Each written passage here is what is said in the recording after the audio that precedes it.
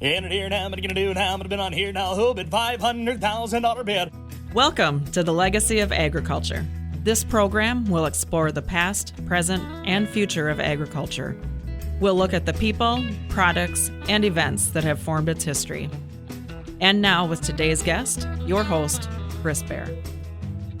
Good morning, everybody. This is Chris Bair, your host of the Legacy of Agriculture, and it's good to be back down at the Legacy of Agriculture / Pfeiffer's recording studio at WNAX Radio in Yankton, South Dakota. It's great to be back. The last few weeks we have had some reruns as I have taken some time out to get through some of our pre-harvest fall auctions and have been working almost around the clock. So we're back in recording new shows coming towards the end of 2024. And this morning, I've got a guest with me this morning, Danielle Drotzmann. Did I say it right? No. Oh, no. Okay, say it one more time. Danielle Drotzmann. Drotzmann. Yes. You know, you need to spell it differently so that us old guys can get this right. Well, Danielle, I appreciate you joining us. We talked at Dakota Fest a few weeks ago about doing this show, and I kind of want to lay the foundation of why we're doing what we're doing here this morning. Earlier this summer, I had the opportunity, and my Pfeiffer Sioux Falls team had the opportunity of working with an estate up northwest of Sioux Falls. And we were working on cleaning out a shop and a garage area and gathering all of the items together for a pre-harvest auction. And as we were going through this shop, I found an entire pallet. I mean, probably, I would say, 3 feet of old newspapers that dated back from...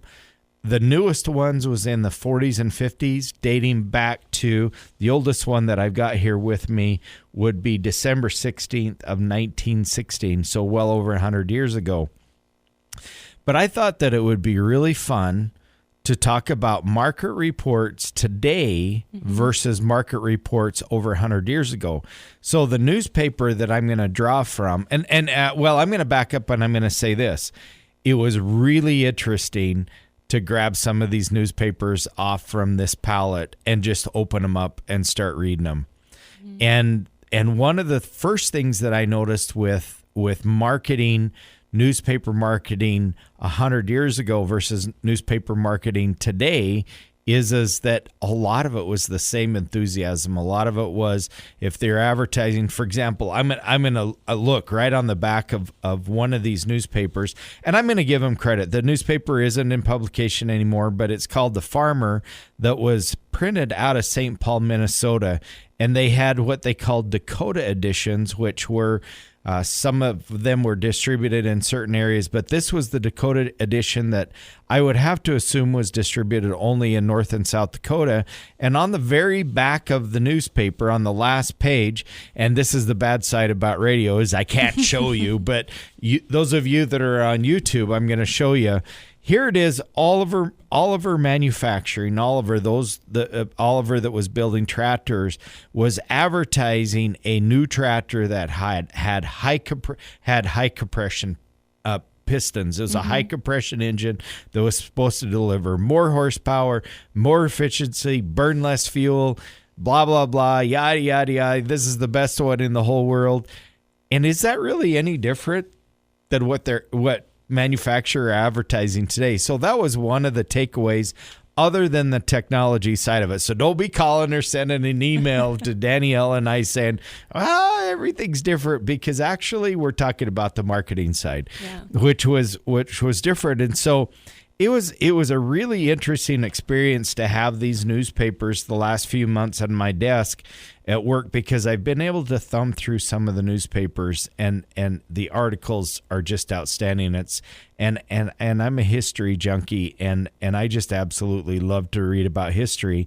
But before we get into, and what I'd like to do on this morning's show is I want to talk about the market reports The particular newspaper that I'm going to read from is going to be from December 20th of 1924, which was the publication prior to Christmas in 1924. And Danielle is going to talk about today's market reports, which leads me to the most important part of the show, which is you, Danielle. Mm-hmm. Tell me, just before we get going, tell me a little bit about you and why WNAX Radio and how you got here and why market reports. Yeah, so I just recently graduated, actually, from SDSU.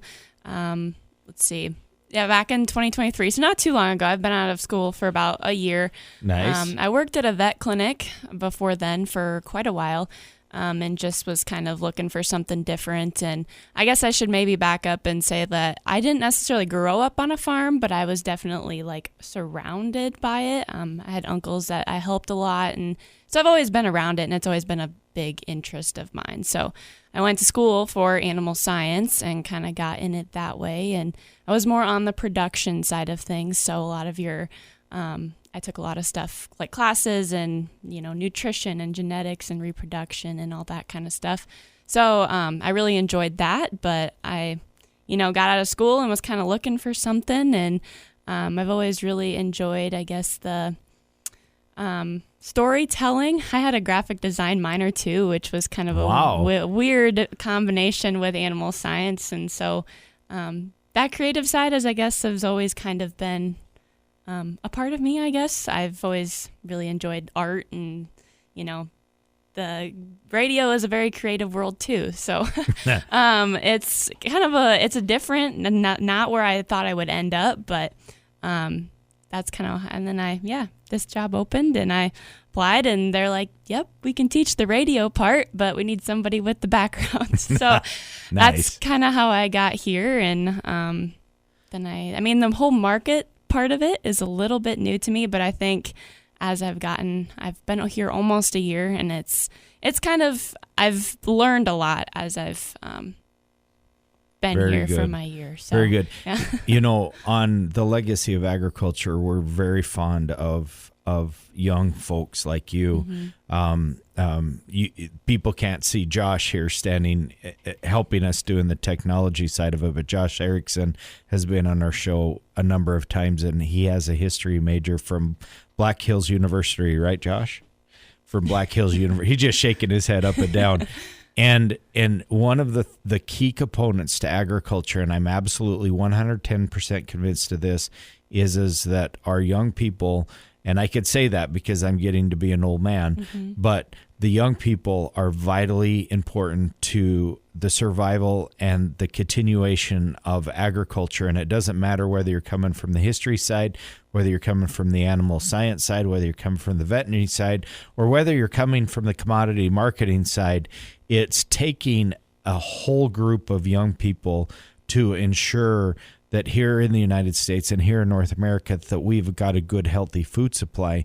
And I think it's so vitally important, and appreciate your hard work in getting a good education and really promoting the agricultural industry. We're coming down to the end of our first segment here, and we've just got a few more seconds, Danielle, and then we're going to get into some of the market reports. But I want to give a shout out to our sponsor, Pfeiffer Auction and Realty. Our most southern facility, we call it our southern office, is based out of Sioux Falls, South Dakota, just south of Sioux Falls on I-29 exit 64. We've got a beautiful line of land and machinery auctions coming in the fall of 2024.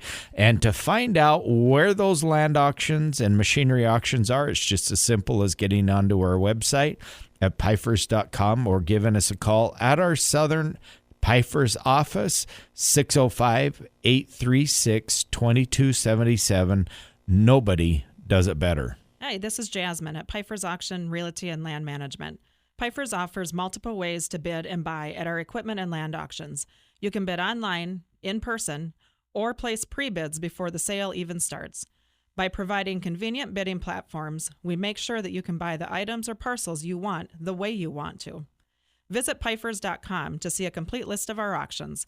When it comes to bidding, go with Pfeiffer's. Nobody does it better. Folks, we're back into our second segment of the Legacy of Agriculture. I'm your host, Chris Bair. It's good to be back in the studio recording at WNAX at the Pfeiffer's Legacy of Agriculture recording studio at WNAX Radio. You know, Josh is standing back here. Josh, what's wrong with that? Don't we do a lot of recordings here? Just a little bit. Can't we just say that this is the Pfeiffer's Legacy of Agriculture recording studio? Oh, I don't make business decisions. You don't make you just do your job, right? So anyways, we're back in studio with Danielle, who does so much of the market reports for WNX Radio. And so I want to do something really fun. So again, if you weren't listening to the first segment, I have a newspaper, an agricultural newspaper printed called The Farmer that was based out of St. Paul, Minnesota, that was published on December 20th of 1924. And I want to go back, Danielle, and I want to talk about commodity prices 100 years ago versus commodity prices today. Now, I'm going to say this to the listeners, and I've been thinking about this show for weeks, is don't send Danielle and I an email saying, inflation, blah, don't go crazy on it, because this is just for fun. Mm-hmm. This is just a comparison of what the world is today and the value of commodities and livestock today versus what it was back in 1924. So as I was reading through this newspaper, I got to move my microphone just a little bit because I can't quite see. These are the cash grain markets out of Chicago ending December 13th, 1924. Chicago wheat was $1.70 and a quarter to $1.76 and a quarter in 1924. What's wheat today, Danielle? Well, let's see. Based on what we did, it's around like $4.80. Kind of depends where you're at. So like in Chicago, right now the board is at the September board is at $5.63, but cash is probably around your $4.80s for $4, high fours, somewhere in there for Chicago. I mean, Kansas City, the board's at $5.82. Same thing with that. The cash in the area, around $4.80, but Minneapolis, December, the board is at $6.10. So could you imagine me going to a farmer that grows wheat in western South Dakota or western North Dakota and saying, yeah, today your number 2 wheat, red wheat, I'm going to buy for $1.70. Yeah. They would run me off the place. I don't think that I would make it to the end of the driveway before I got lead poisoning, right? No, yeah, probably. Okay, so let's go on to corn. Corn is always a big one. Mm-hmm. Back in 1924, on the Chicago Board of Trade, it was $1.20 and a quarter to $1.26 and a half. What is it today? Now, this hurts just a little bit because our corn prices were so high a couple of years ago. But what is corn prices today? Corn on the board September today, Tuesday when we're recording this, was at $3.81. And then at Cargill in Yankton, South Dakota, the cash was at $3.62. So, okay. So let's go backwards. You worked at WNX Radio for about a year. Yes. So what was corn a year ago? Do you remember? Oh, gosh. It was probably middle fours, high fours, maybe 5. It could have been. It could have been 5, which really in today, and I didn't want to say the word inflation, but I'm going to say inflation. It really needs to be $5 to $6. Mm-hmm. I mean, $4 is no fun for any of our producers. Mm-hmm. But $5 to $6 is fun, right? Yeah.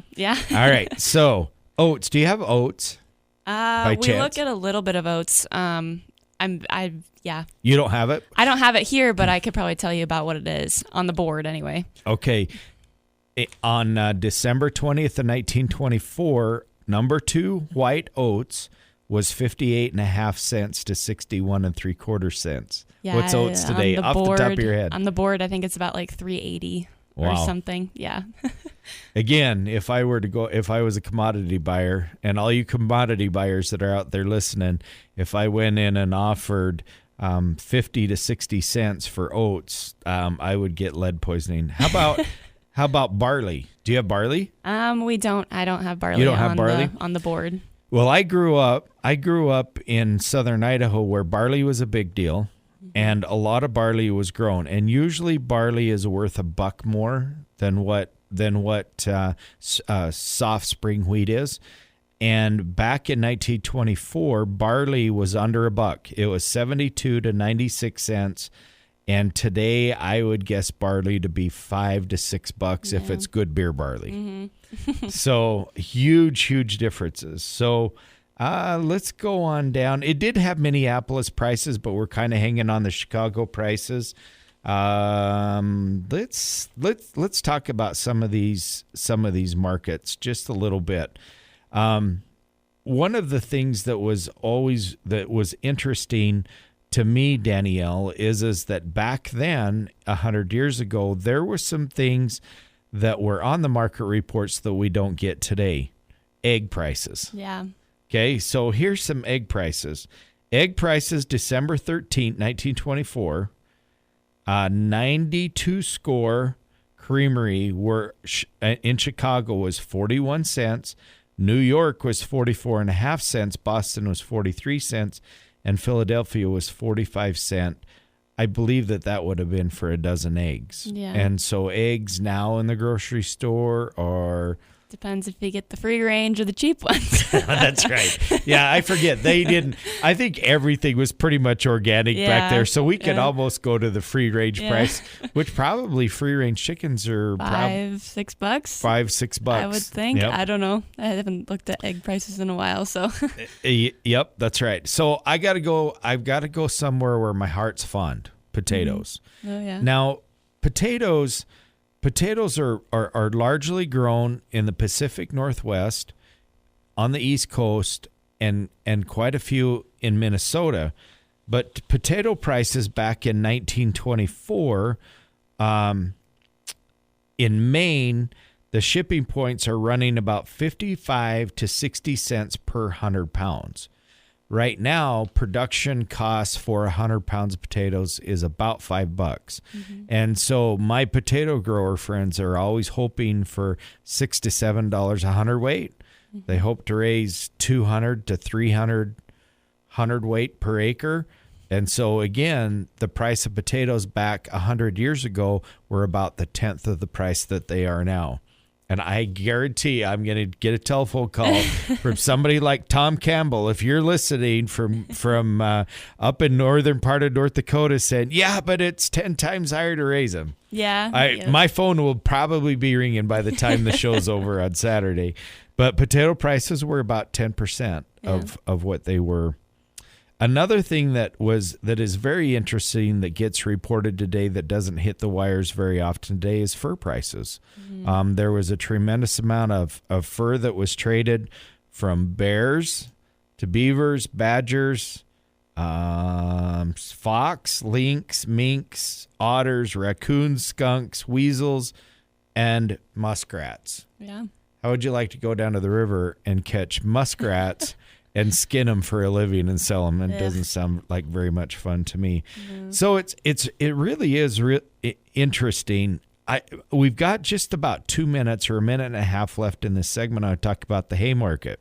Mm-hmm. So I'm going to pitch this out here to you. Do you have hay markets with you? I don't. No. I guess we don't really look at hay too much. So okay, there's quite a bit of alfalfa that's grown right here along the Missouri River. Yep.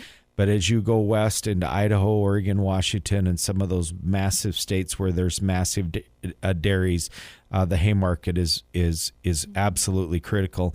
And as a kid growing up on the farm, I could remember hay prices being in that $50 to $75 to $100 a ton. Most of them were small square bales. But back in 1924, I got to get to the hay prices. Hay prices was anywhere from $18, actually as low, about $18.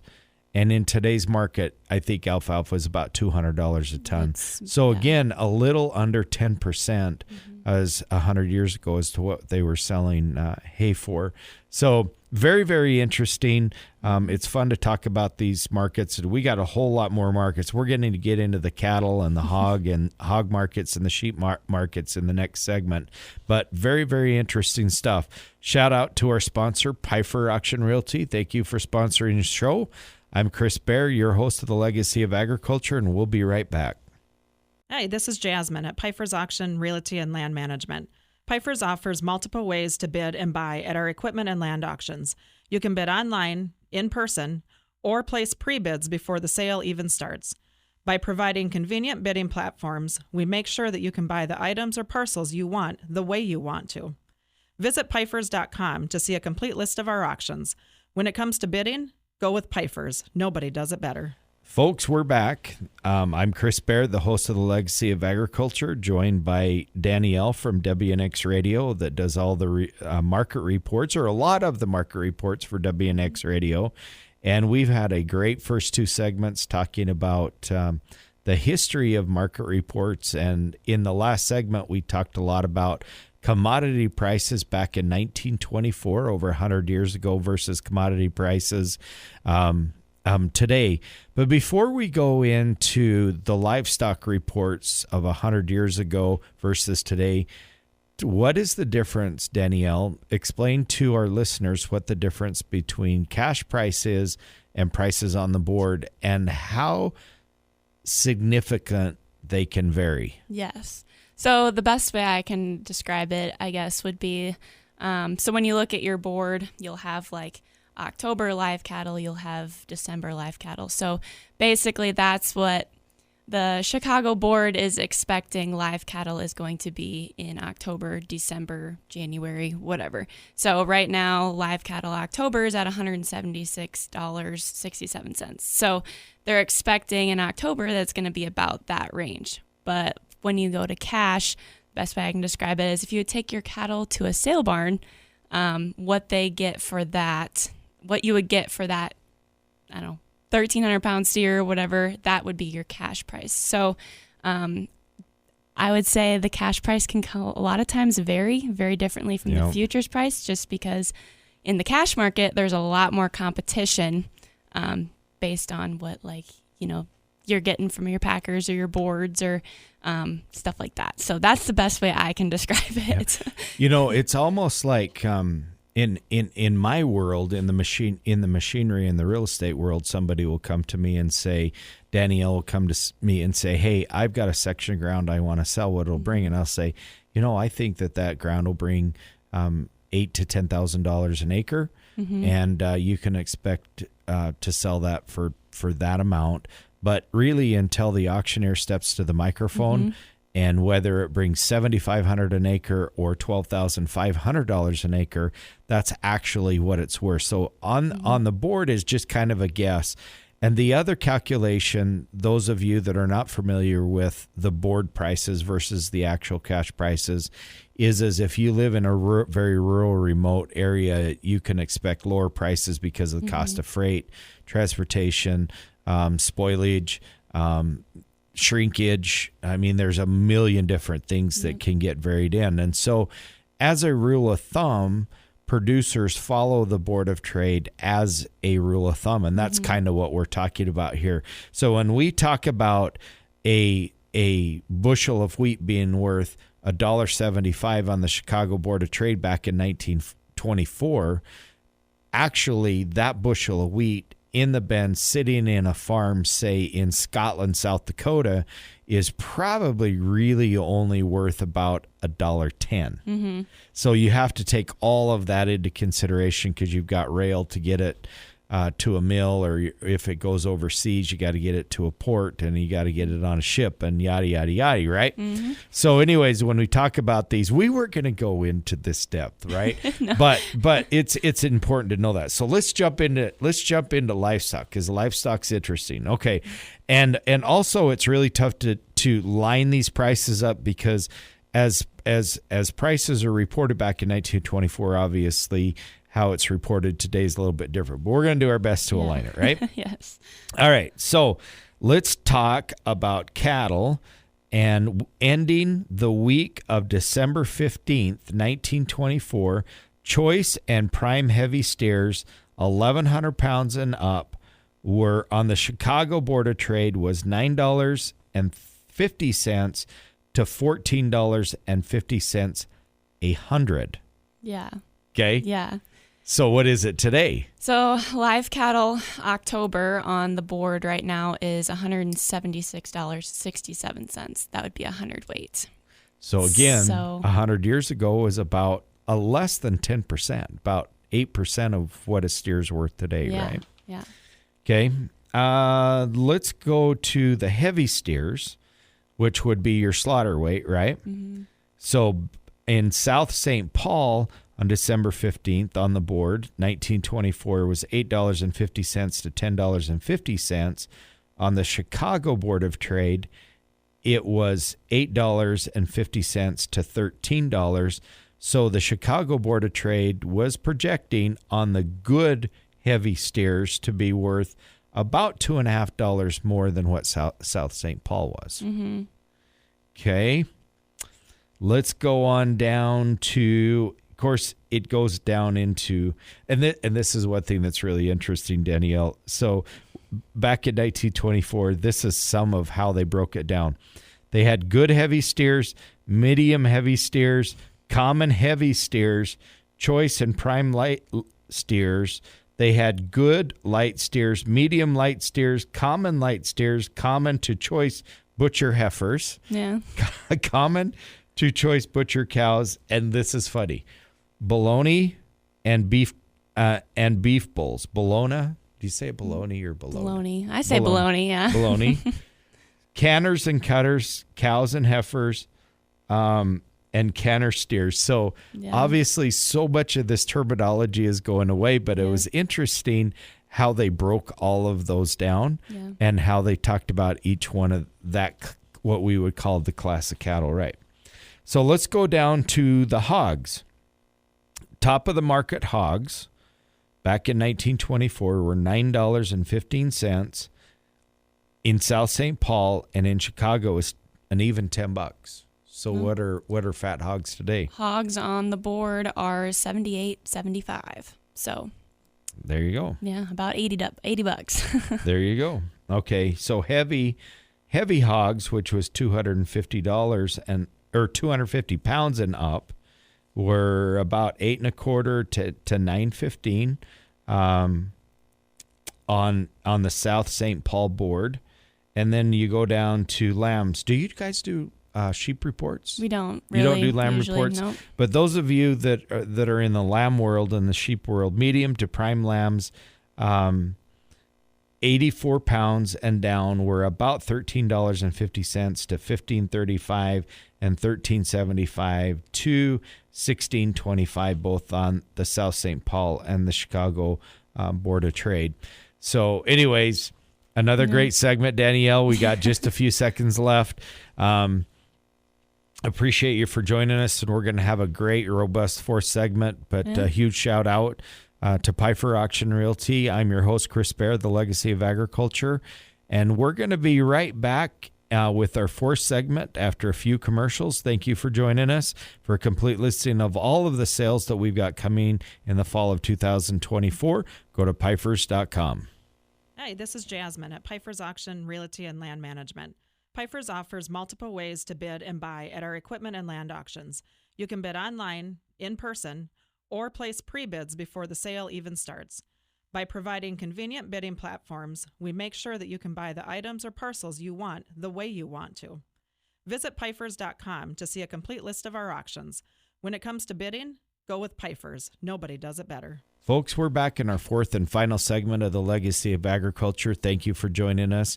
My colleague today is Danielle, who does a lot of the market reports from WNAX Radio, and we've spent the first three segments talking about market reports and market reports from 100 years ago in 1924 to market reports in the fall of 2024. It's a very, very interesting conversation, and I want to go back and I want to talk about one of our very first Legacy of Agriculture shows back in the fall of 2023. Jerry Oster was a guest on who had been at WNX Radio. He's retired now, but Jerry was talking about the inception of WNX Radio and the value that WNX Radio brought to agriculturists in this area, particularly to producers, to farmers and ranchers. And that simply was, as market reports were becoming available from the USDA, the amount of time that it took for those reports to get from Washington, D.C., printed and into the hands of producers, there would be so much, weeks would go by before they would even know what they were had projected for acreages and crops and prices and all of that. So WNX Radio, as Jerry had explained in that earlier segment, and if you want to listen to a very interesting show, go back and listen to that. Jerry did a great job explaining why WNX Radio started, and there was really 3 reasons that I deciphered from that interview with Jerry that WNX was started. One was as through the radio, through AM radio, they could get those market reports almost directly through several different sources from the USDA and get it right out almost within days rather than weeks or sometimes even a month or so. The second thing was that of course national news went along with the marketing, but the second thing was WNX Radio became a stronghold for emergency situations, tornadoes, weather events in the area that might be potentially dangerous. Those that had the radio on and was listening to the radio station. But tell me a little bit, Danielle, about your experience in here and why your job is so vitally important to agriculturists in the area. Yeah, and obviously, we're still going strong. We're 5 states, some in 7. So the 570, and especially AM, you don't think about it, especially my generation, doesn't really listen to your AM radio. They do, I think, more now. I've heard some people say, because there's a big push about, there was getting the AM radio out of your newer cars and stuff, and how our younger generation doesn't really listen to it. But I've also heard a lot that they do listen to it, and especially in your tractors and when people are out in the fields. Not all the time can you get those FM stations when usually the AM side comes through pretty clear. So it's definitely, it's a way to get a lot of the information out there. And I've just heard that it's very vital because, people, not all people, especially the older generation and even our newer generation, there's not, your phone has limits too. So sure. let's see, I would just say it's important, and just relaying that, market information over air is, I would say it's definitely important. Yep. One of the questions that I always like to ask, especially my guests, and I'm going to ask you this question, especially guests that have been in their career for 30, 40, sometimes 50 years, and some of my guests have been in their career for well over 50 years, is the young man or the young woman that is in their early teens that wants to be in agriculture, whether it's production agriculture, whether it's a straight up farmer, or whether it is a straight up rancher, or wants to be in commodities, or wants to be in ag radio, or whatever that is. What advice would you give those young people? Oh gosh. Well, to be honest, I'm kind of in those shoes right now. So I just recently got married. My husband has cattle, and he farms with his dad. And so, he is in that boat right now. He's going through the USDA, taking out loans, building up cattle herds, he auctioneers and, stuff like that. So, and so I've been kind of along right with him, and I would just say probably use the resources that are available to you. Put yourself out there. Go to school, get an education. Yep. Because that will help go a long way. I feel like one of the reasons I was hired, just because I went to SDSU. It's a big land-grant university, and went for an agriculture-related field. And you don't even have to go into an agriculture-related field. You could probably go to journalism and end up in the agriculture world. Lots of people do that, don't they? Yep. Yep. So I would just say keep at it.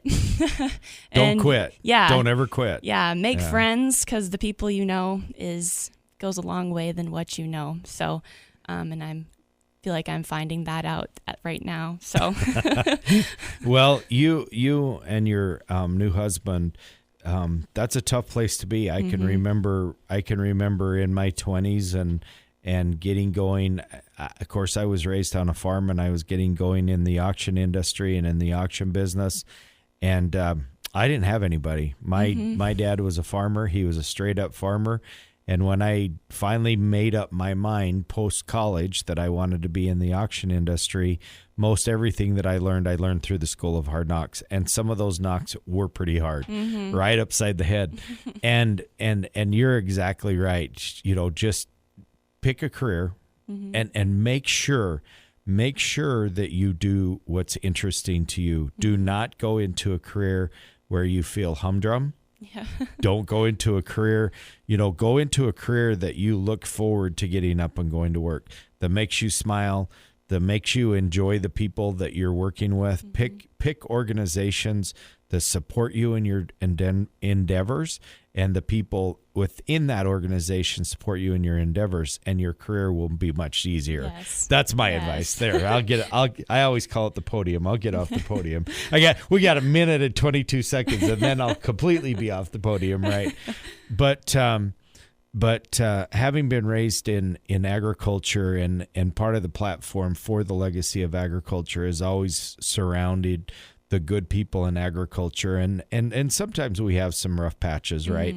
We sometimes tragedy meets us along the road, and is absolutely devastating. I've lost some friends over the years to agricultural events that where there was a loss of life, sometimes health related issues. But at the end of the day, I would say most everybody that is in agriculture, that grew up in agriculture, if you were a city kid, as we call them, and get into agriculture, it's a great place to be. And the numbers in agriculture are dwindling. I mean, less than 2% of the population in the 100 years that we talk about, or 150 years, used to be almost 90% of the population in the United States was involved in agriculture, and now it's less than 2%. So it becomes more vitally important that we pursue and get good kids into agriculture and let them stay there. Hey, folks, we're at the end of our show. We appreciate you for joining us. Thank you, Danielle. We really appreciate you taking time. Thank you for having me.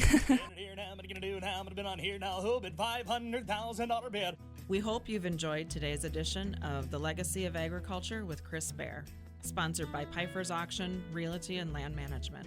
Call Piper's at 605-836-2277.